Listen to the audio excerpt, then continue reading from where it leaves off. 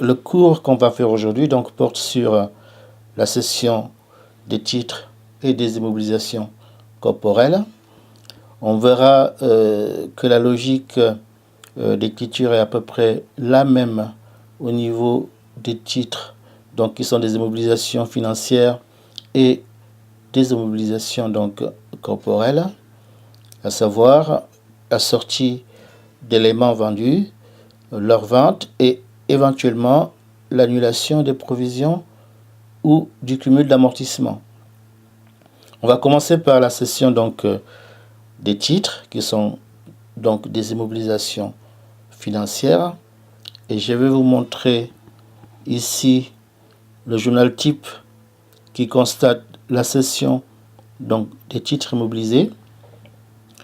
Alors il faut savoir que il y a certaines écritures qui vont se faire au moment donc de la cession et d'autres qui se feront en inventaire, c'est-à-dire en général donc à la fin de l'année, je sais pas, au 31 décembre de l'année concernée. Pour les titres immobilisés en fin donc d'inventaire, c'est-à-dire à la fin de l'année, on peut constater la sortie de ces titres, et pour cela on va débiter le compte 675, valeur comptable des éléments d'actifs, et créditer le compte de titres concerné, ici par exemple le compte 271, titres immobilisés. Donc cette écriture constate la sortie d'actifs. Lors de la vente, si la vente se fait comme dans mon exemple ici, par exemple à la fin de l'année, on va débiter le compte 512, constater les services bancaires avec le compte 627 et la TVA sur les services bancaires, dont la TVA déductible sur les services bancaires, débité, et le tout crédité par le compte 775 qui va en fait constater le prix de vente des titres immobilisés. Donc le prix de vente étant connu, on va créditer au départ 775. Ensuite, on va enlever sur ce montant les services bancaires et la TVA sur ces services bancaires, et le reste ira donc au début du compte 512 banque. S'il y a des provisions sur ces titres, on va les solder, les annuler en débitant un compte donc avec un 9 entre le premier et le deuxième chiffre. Je vous rappelle que pour par exemple les amortissements, je vous ai dit que le compte qui constate les amortissements avait un 8 entre le premier et le deuxième chiffre. Pour les provisions, c'est la même chose, mais vous avez un 9 entre le premier et le deuxième chiffre du compte concerné. Donc pour ici annuler les provisions, par exemple du compte 271, on va débiter le compte 2971, provision pour dépréciation des titres, et on va créditer un compte de reprise sur provision financière. Donc voilà comment est-ce qu'on peut constater, enregistrer une cession de titres immobilisés ici donc en 3 étapes: la sortie de titres, la vente elle-même ici et l'annulation des provisions. On va prendre le même principe pour la vente des valeurs mobilières de placement. Il faut préciser que les valeurs mobilières de placement évidemment ne sont pas des immobilisations, puisque d'ailleurs vous le voyez, on va utiliser un compte de la classe 5 pour parler de valeurs mobilières de placement, mais le principe est à peu près le même, c'est-à-dire qu'on va s'occuper de la vente, et s'il y a des provisions sur ces valeurs mobilières de placement, on va les annuler. Donc ici, vous voyez la première écriture où vous avez le compte 50 qui représente donc les valeurs mobilières de placement. Pour la sortie d'actifs, on va créditer ce compte donc valeurs mobilières de placement. Ensuite, on va enlever les services bancaires et la TVA sur ces services bancaires du montant de la vente. Donc ici, 767 produits de cession des valeurs mobilières de placement pour savoir ce qui reste à la banque. Donc cette écriture constate en même temps la vente, puisqu'on a débité la banque ici, mais en même temps la sortie d'actifs, puisque le compte de valeur mobilière de placement a été crédité. Il reste ensuite, s'il y en a, à tout simplement solder les provisions qu'on avait sur ces valeurs mobilières de placement. Donc en débitant ici le compte de provision, vous voyez comme je vous avais dit, ici vous avez un 9 entre le premier et le deuxième chiffre, et on créditera le compte 786. Voilà donc une écriture qui constate une cession de valeur mobilière de placement au cas où on a une plus-value. Parce que si on a une moins-value, c'est-à-dire si le prix de vente des titres est inférieur au coût où on les a achetés, donc une moins-value, on ne va pas utiliser ce compte-là, mais un autre compte qui va constater cette moins-value. On va le voir avec l'exemple qui suit.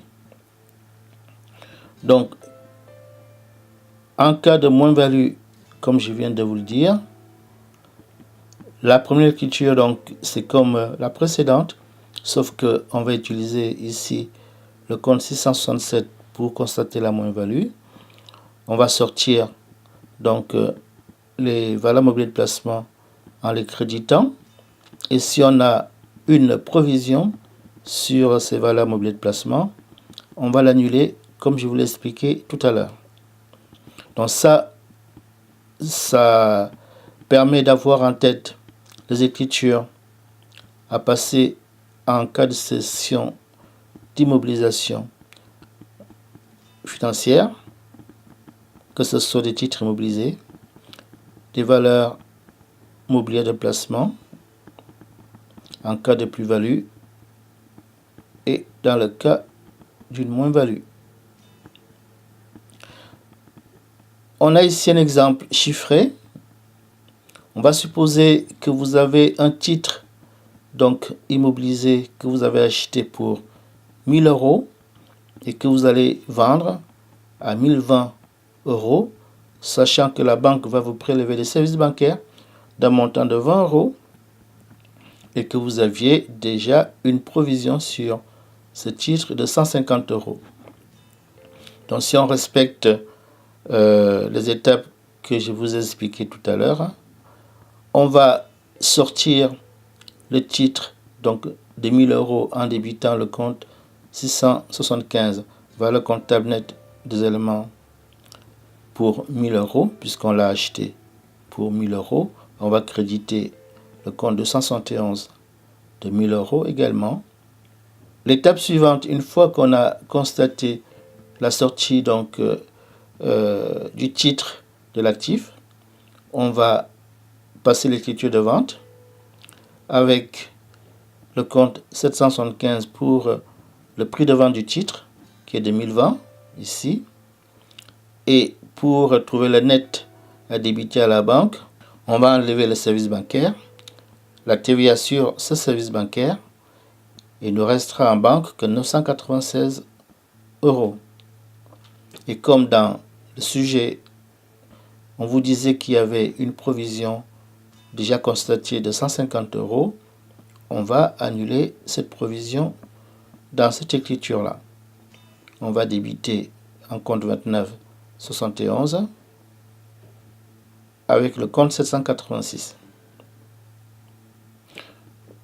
Voilà, donc ça c'est un exemple où on a visiblement une plus-value dans la mesure où le prix de vente ici du titre immobilisé est de 1020 alors qu'on l'a acheté pour 1000. Et la plus-value de 20 se calcule en faisant la différence entre le montant du compte 775, c'est-à-dire 1020 ici, et 675, c'est-à-dire 1000. Alors pour l'écriture suivante, on va donc enregistrer la cession donc d'une valeur mobilier de placement pour le même montant de titres, c'est-à-dire qu'on a une valeur mobilier de placement qu'on a acheté 1000 euros, mais qu'on va vendre à 1020. Donc, on va constater ici la sortie de cette valeur mobilier de placement en créditant dans le compte 50 de 1000. On va ici enregistrer la plus-value de 20 en créditant le compte 767. Ensuite, on va calculer le net à mettre sur le compte banque en faisant la différence entre les 1020 qu'on a ici au crédit, moins les services bancaires et la TVA sur les services bancaires. Donc, il nous restera sur le compte banque uniquement 996. Et on va ici annuler la provision qu'on avait sur ces titres en débitant ici le compte 59,0. Donc, vous voyez ici que j'ai intercalé, comme c'est une provision, un 9 entre le premier et le deuxième chiffre, et je crédite le compte 786. Dans cet exemple, donc, vous voyez, c'est une cession de valeur mobilier de placement, mais avec ici une plus-value. Le même principe peut être ici expliqué, mais dans le cas d'une moins-value, il n'y a pas une grande différence en dehors du compte 667, ici, qui est débité à la place du compte 767 qui, lui, était crédité. Donc, on va supposer que pour le même titre acheté 1000 euros, la même valeur mobilier de placement acheté 1000 euros, on va la vendre ici à 970 euros. Donc, visiblement, on a une moins-value qui est de 30. Et l'écriture sera la suivante. On va évidemment sortir la valeur mobilier de placement pour son coût d'achat. Ici, 1000. Ensuite, on va constater ici la moins-value de 30 sur le compte 667, charge nette sur cession de valeur mobilier de placement.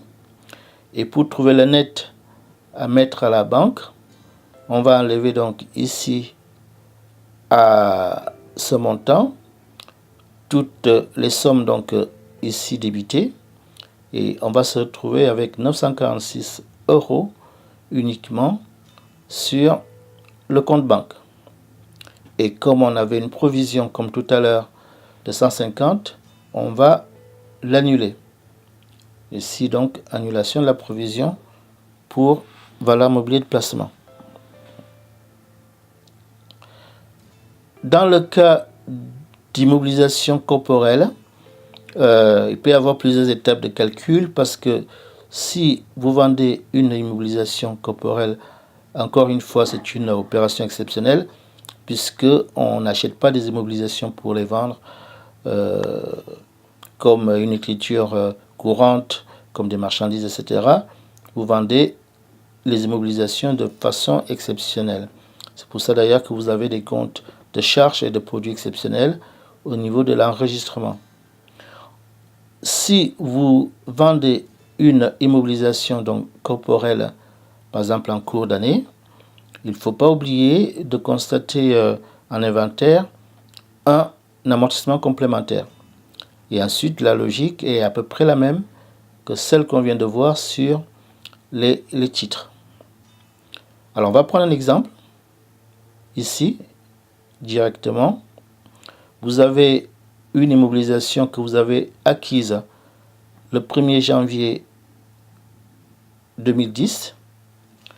On a acheté donc un matériel industriel pour un montant de 50 000 euros qu'on va amortir sur 5 ans avec un amortissement donc linéaire, constant. Le 30 juin 2013, nous allons donc vendre ce matériel à une autre entreprise pour une valeur de 10 000 euros hors taxe. Donc on nous demande d'enregistrer cette cession en comptabilité.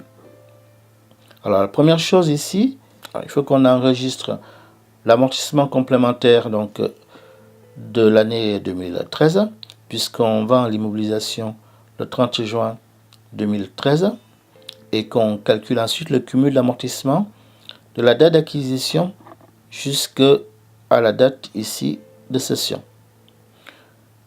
Alors, il faut déjà qu'on calcule la dotation normale, la dotation annuelle, puisqu'on est à l'amortissement donc linéaire et que l'immobilisation a été acquise à 50 000 euros.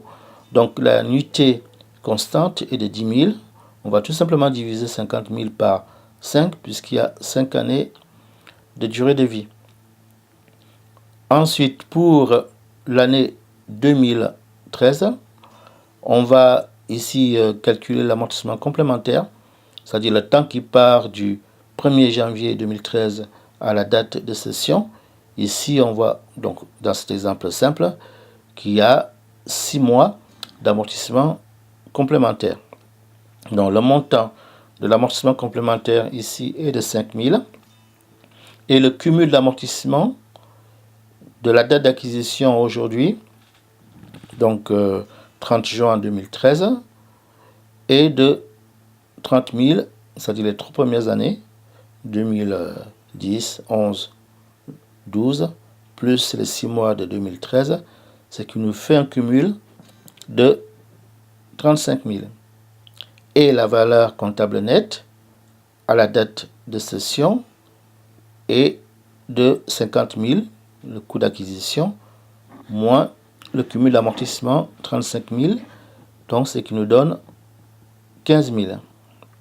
Ce qui veut dire en fait, à la date de cession, notre immobilisation vaut pour nous 15 000 euros.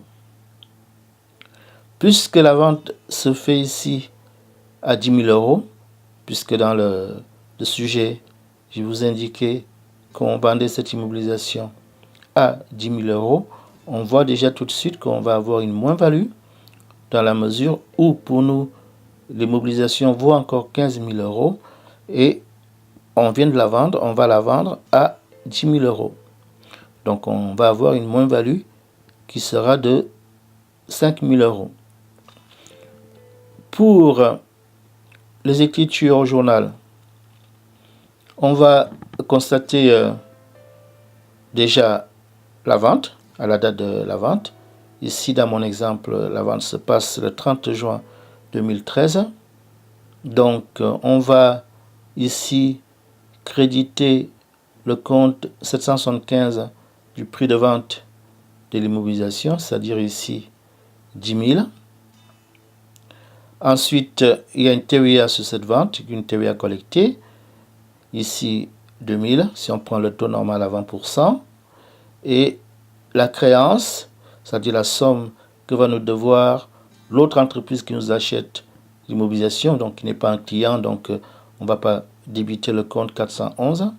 Donc on va débiter le compte 462, créance sur cession d'immobilisation, pour 12 000 euros. Ensuite, on va constater cette fois-ci en inventaire, vous voyez que les dates ne sont pas les mêmes. Là, on est le 30 juin 2013, et là, on est supposé être à la fin de l'année 2013 en inventaire. Donc, on va constater l'amortissement complémentaire sur 6 mois, que je vous ai expliqué tout à l'heure, en débitant 681 qui est en compte de dotation. Donc là, bon, j'explique le même principe. Vous voyez ici, vous avez un 8 intercalé entre le premier et le deuxième chiffre, un 8 intercalé entre le premier et le deuxième chiffre pour constater les amortissements.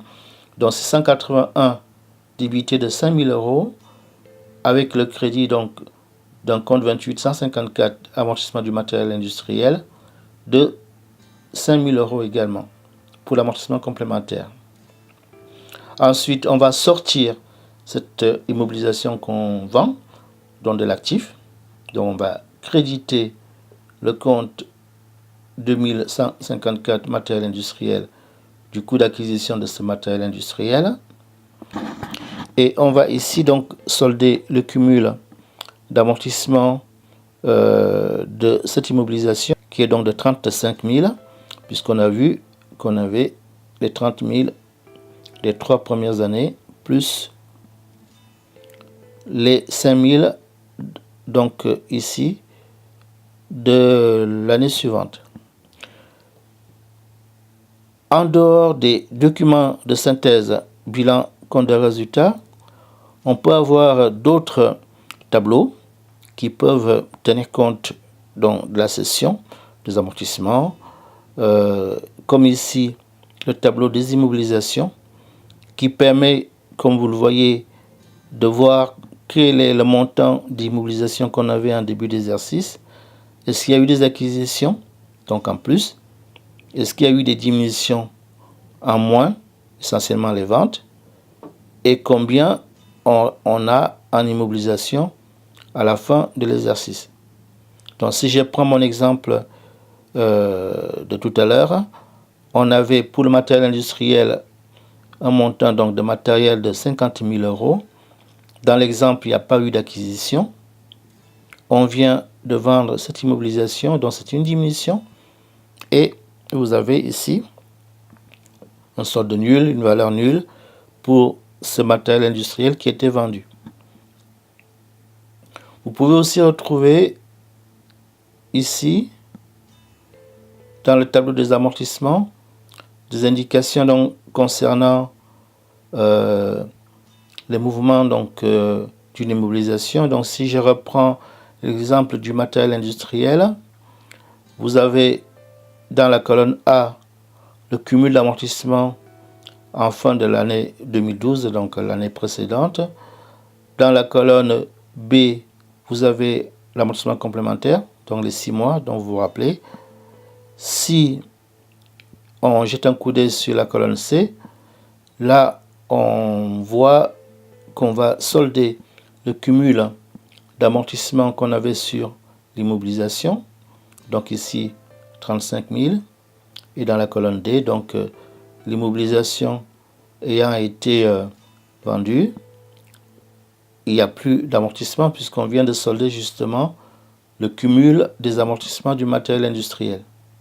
Dans ce tableau, donc, c'est un tableau des amortissements qui fonctionne à peu près de la même manière que le tableau des immobilisations avec les augmentations et les diminutions.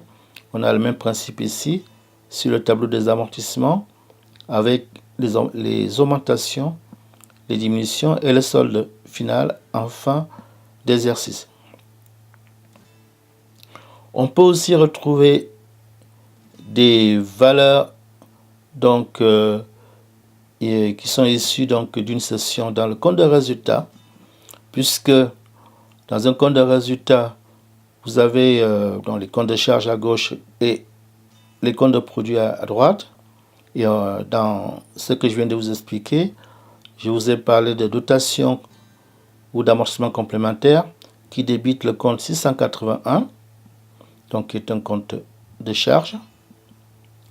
Et je vous ai parlé également du compte 675 qui est celui qui constate une sortie d'actifs. Et ce compte, donc, qui est un compte de charge, on va le retrouver dans la colonne charge du compte de résultats. Côté produit, vous avez ici le compte 775 qui constate ici le prix de vente des immobilisations ou des titres acquis.